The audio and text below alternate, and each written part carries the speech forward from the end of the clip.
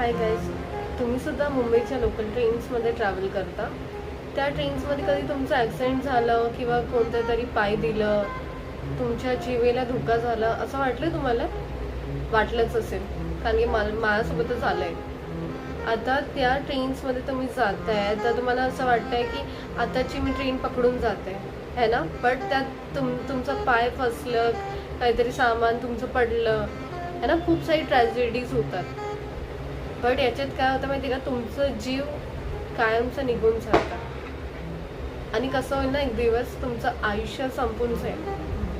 त्याच्या अगोदर जपून घ्या.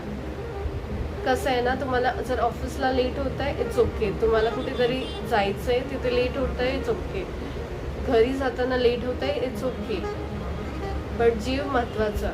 उशीर पोचला चालेल बट जीव महत्त्वाचा. तुमचं आयुष्य एकदाच भेटतं, म्हणून जपून चाला, एवढं लक्षात घ्या.